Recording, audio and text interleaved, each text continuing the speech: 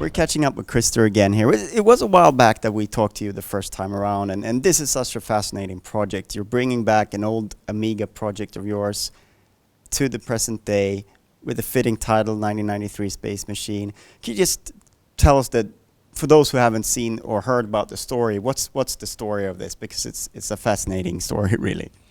Well, as the name implies, it's from 1993, and it was a game project that we started in 92, and it was unfortunately abandoned in 93 due to difficult circumstances within our group, and we couldn't really continue working because it was tension, so to speak, or passion, depends on how you look at it, that happened between two of the teammates, and after that we basically disintegrated and we put the game in a box. And very, very sad, but 20 odd years later I found the box in our basement, and it's been sitting there for that long, and I actually managed to fire it up on the Amiga that I had left, my old precious machine from the past, and it worked.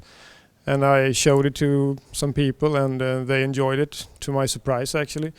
But I was also very impressed by my own work that I put so much love into so many years ago. So it's been also fascinating to be able to bring it back.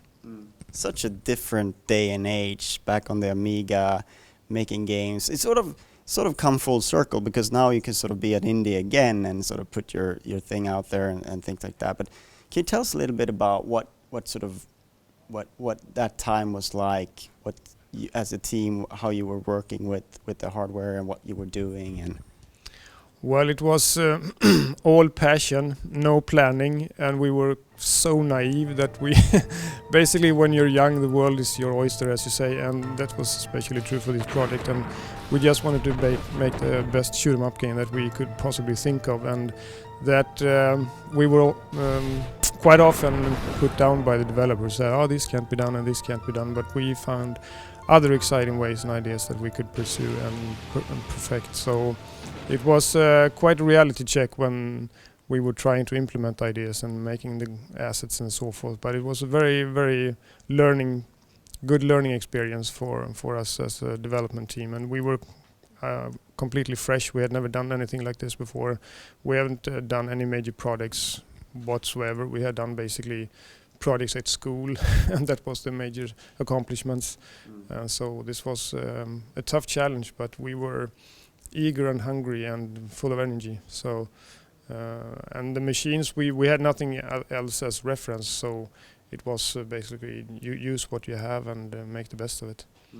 I can imagine that in those days, everything you wanted to do, there was sort of like a limitation, an obstacle that you had to overcome and sort of find a way to do. It's very different these days. How has it been to sort of transition this game that sort of had to work through those limitations, those obstacles, to sort of modern day PC and you know, getting it out there on Steam? We have been trying to be as true to the original vision as possible, but it's not actually, it's not doable to be 100% accurate, because, for instance, when we submitted some trailers and so forth to Xbox for E3 last year, and they had like a demand that it needed to be widescreen, and so obviously the Amiga was 4.3. So we needed to make the game widescreen because of that reason. So now the game is for widescreen formats, which makes sense for the modern audience in order to use their machines and their setup and so forth. So that's one of the things that we needed to tweak a little bit. But you said you wanted to maintain true. Is that sort of in terms of like enemies on screen and things like that? You want to remain true to what was possible back then on the Amiga, or are the things you could turn up the dial on? Or I think in some instances we might have turned it up to 11, but we have been trying not to go completely bonanza. But it's, since we don't have an Amiga to try the game on at the moment, it's very hard to know exactly where the limits are, and so we might have been pushing the boundaries a little bit further than it was actually possible back then. So, but I think essentially we want to make a great game also. So I mean, it's supposed to be enjoyable as well. Yeah. So it's a fine line to walk. So how close were you to sort of having a finished game on Amiga back in the day? Were you very close, or what kind of state was the game in when you had to abandon it? I'm not really sure actually, because to me it looked quite finished. But when I remember talking to the programmers, but it's just a demo, but it's working. Why? What needs to be done more? It's playable, and so it's hard for me as non-developer, not into the code and stuff, to actually have a better idea than what I can get from the demos. And so we had a publisher and we had articles in magazines and stuff, but it wasn't shippable. That's a summary of it.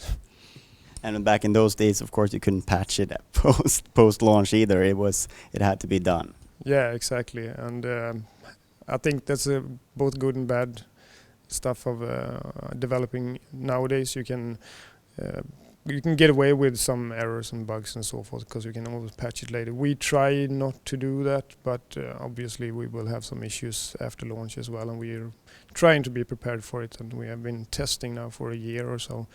So we will see, and that's going to be exciting. Yeah, because you have a release date now. It's coming out in March.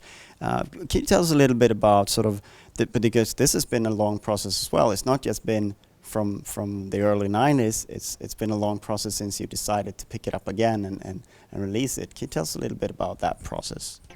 Yeah, sure. It started with actually it started with the game being present in the games press once more, and that was really exciting. And that's how I came in contact with Marcus Ward, who is the main programmer. And without those covers and articles, he would never approach me, because he approached me as an old colleague of mine, and he approached me through Facebook when he read it. Why don't you contact me? I can do this.